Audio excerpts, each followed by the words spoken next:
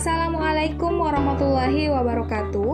Hai teman-teman, kembali lagi dengan kami kelompok 1 Teknologi Baru dalam Pembelajaran dan Pengajaran. Kali ini kami akan memaparkan tugas yang ada di demonstrasi kontekstual yang berkaitan dengan tugas di ruang kolaborasi topik 3. Materi yang akan kami sampaikan di sini adalah materi tentang model Azure, lebih tepatnya pada tahapan Utilize Resources atau memanfaatkan sumber daya. Nah, mungkin teman-teman tidak asing lagi nih dengan tim kami yang beranggotakan 5 orang. Ada Kak Andi Sri Wahyuni SPD, Kak Angelia Wahyuni Kasim SPD, Kak Anissa Lasulika SPD, Kak Dewi Ristianingsi SPD, dan Kak Febrianti Jafar SPD. Oke teman-teman, sekian perkenalannya, langsung saja kita dengarkan dengan seksama penjelasan apa sih itu model Azure dan bagaimana memanfaatkan sumber daya dalam proses pembelajaran. Apa sih model Azure itu? Model Azure merupakan salah satu model untuk mendesain program pembelajaran. Model ini juga dapat membantu dalam merencanakan, mengidentifikasi, menentukan tujuan, memilih metode dan bahan ajar, serta evaluasi atau asesmen. Langkah model Azure dimulai dari Analyze Learners, Set Standards and Objectives, Select Strategies on Resources, Utilize Resources, Require Learner Participation, Evaluate and Revise. Nah, kali ini kami akan membahas salah satu langkah model Azure, yaitu Utilize Resource.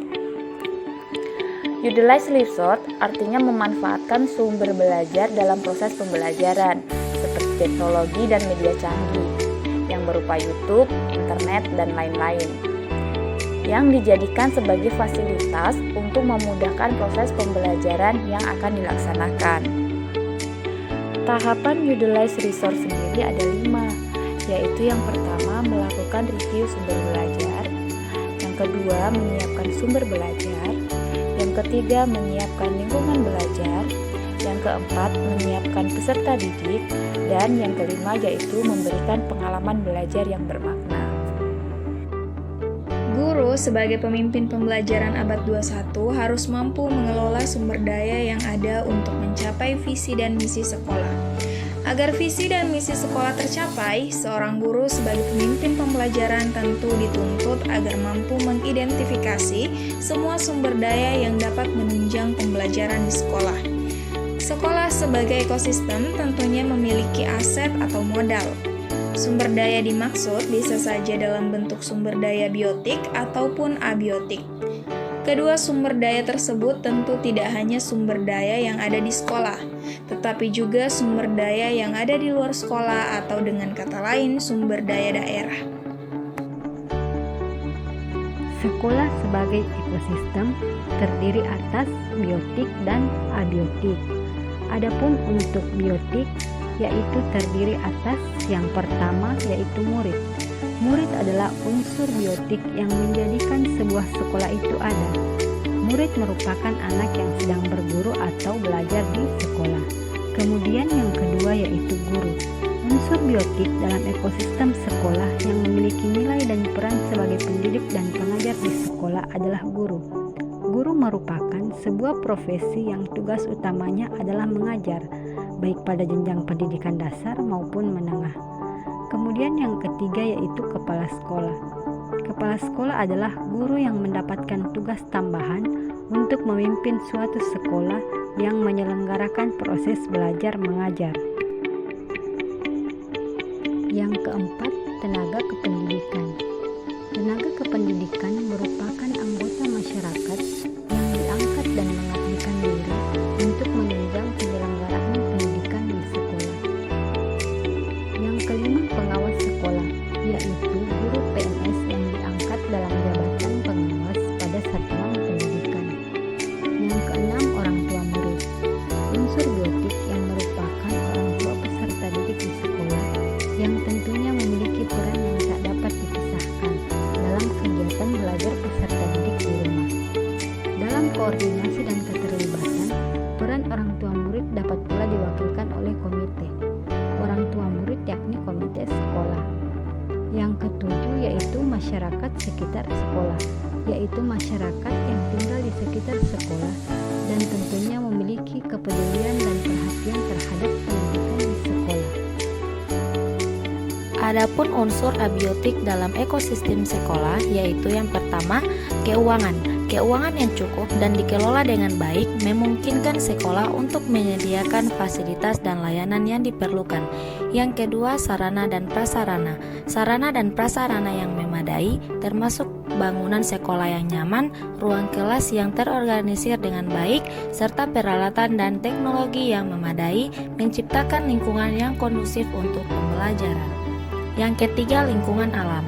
Lingkungan alam seperti kebersihan lingkungan dan udara bersih juga berperan penting dalam kesejahteraan dan kenyamanan siswa dan staf.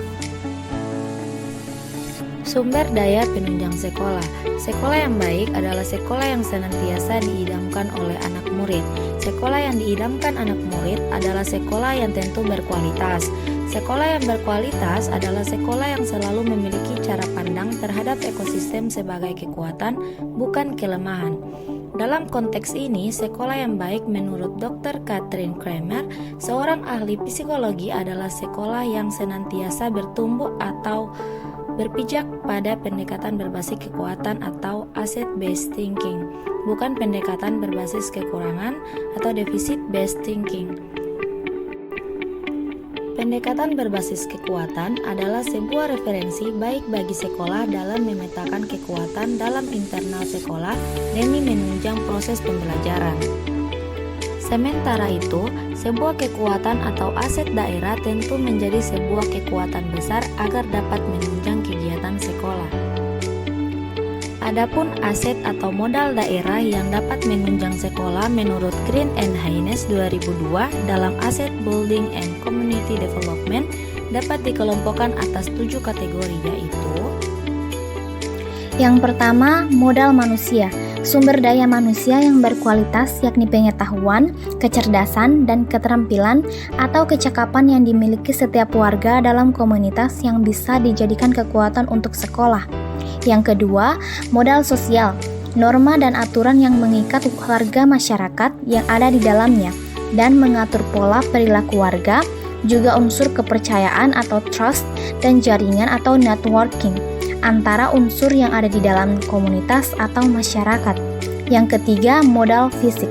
Modal fisik adalah bangunan yang bisa digunakan untuk kelas atau lokasi melakukan proses pembelajaran laboratorium, pertemuan, ataupun pelatihan serta infrastruktur atau sarana prasarana, mulai dari saluran pembuangan, sistem air, mesin, jalan, jalur komunikasi, sarana pendukung pembelajaran, alat transportasi, dan lain-lain.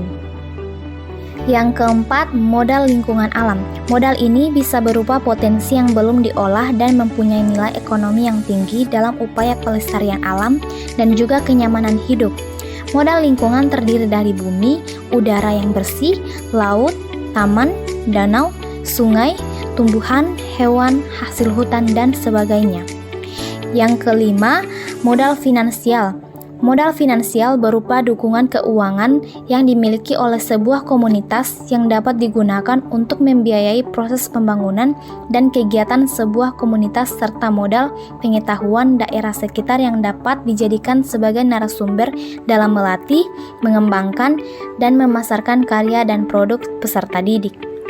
Yang keenam, modal politik. Modal ini bisa berupa lembaga pemerintah atau perwakilannya yang memiliki hubungan dengan komunitas, seperti komunitas sekolah, komite pelayan kesehatan, pelayan listrik, atau air. Yang ketujuh ada modal agama atau budaya. Modal ini bisa berupa lembaga pemerintah atau perwakilannya yang memiliki hubungan dengan komunitas, seperti komunitas sekolah, Meningkatkan kualitas pembelajaran. Guru sebagai pemimpin pembelajaran harus mampu mengelola sumber daya dengan memanfaatkan atau menentukan strategi yang tepat, guna pemanfaatannya di sekolah maupun daerah yang bisa memaksimalkan ketercapaian pembelajaran peserta didik. Dengan kemampuan pemetaan dan penentuan strategi yang tepat, tentunya akan memberikan efek positif terhadap kualitas pembelajaran peserta didik. Keberhasilan dalam pemetaan dan penentuan strategi yang tepat tentu tidak mudah. Oleh karenanya, agar pemetaan dan strategi yang ingin diterapkan tepat guna, seorang pemimpin pembelajaran dituntut agar melibatkan seluruh warga sekolah atau berkolaborasi dengan pihak lain yang memiliki perhatian terhadap kemajuan sekolah. Peran dan nilai seorang guru sebagai pemimpin pembelajaran serta kecerdasan sosial emosional, guru dalam memperdayakan sumber daya yang ada akan memberikan sebuah perubahan dalam kualitas pendidikan sekolah dan peserta didik. Dengan pemetaan dan penentuan strategi yang tepat melalui pelibatan unsur terkait, tentu tidak hanya memberikan dampak positif terhadap kualitas pendidikan peserta didik, namun lebih daripada itu akan memberikan sebuah perubahan bagi sekolah menuju visi dan misi yang diharapkan. Ketika peserta didik mengalami peningkatan kualitas pembelajaran, tentu akan memberikan sebuah efek positif bagi lingkungan di mana peserta didik tinggal atau dalam komunitas yang melibatkan peserta didik. Nah, itulah teman-teman penjelasan terkait dengan model ASUR, lebih tepatnya pada tahapan Utilize Resources atau memanfaatkan sumber daya. Semoga apa yang kami sampaikan, apa yang kami paparkan bisa bermanfaat bagi teman-teman, terkhusus bagi kami tim penyaji. Sekian dari kami, sampai jumpa di tugas-tugas berikutnya. Wassalamualaikum warahmatullahi wabarakatuh. Bye-bye.